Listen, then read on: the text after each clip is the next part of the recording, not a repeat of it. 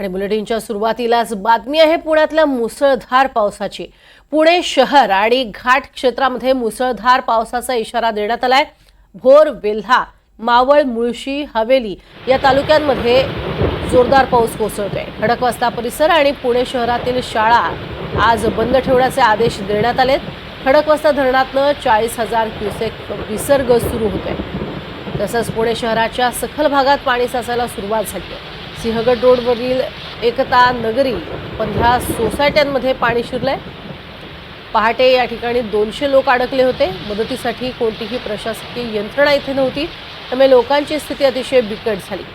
अतिमुसळधार पावसाच्या इशाऱ्यामुळे नागरिकांनी गरज असेल तरच घराबाहेर पडावं असं आवाहन जिल्हाधिकाऱ्यांनी केलंय।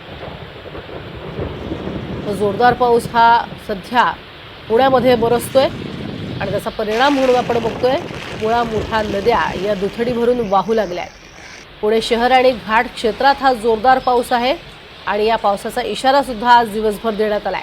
तसंच भोर, वेल्हा, मावळ, मुळशी, हवेली तालुक्यातील खडकवासला परिसर आणि पुणे शहरातील शाळा आज बंद ठेवण्याचे आदेश देण्यात आलेले आहेत। कालपासूनच पुण्यामध्ये पावसाचा चांगला जोर पुण्यात वाढलाय।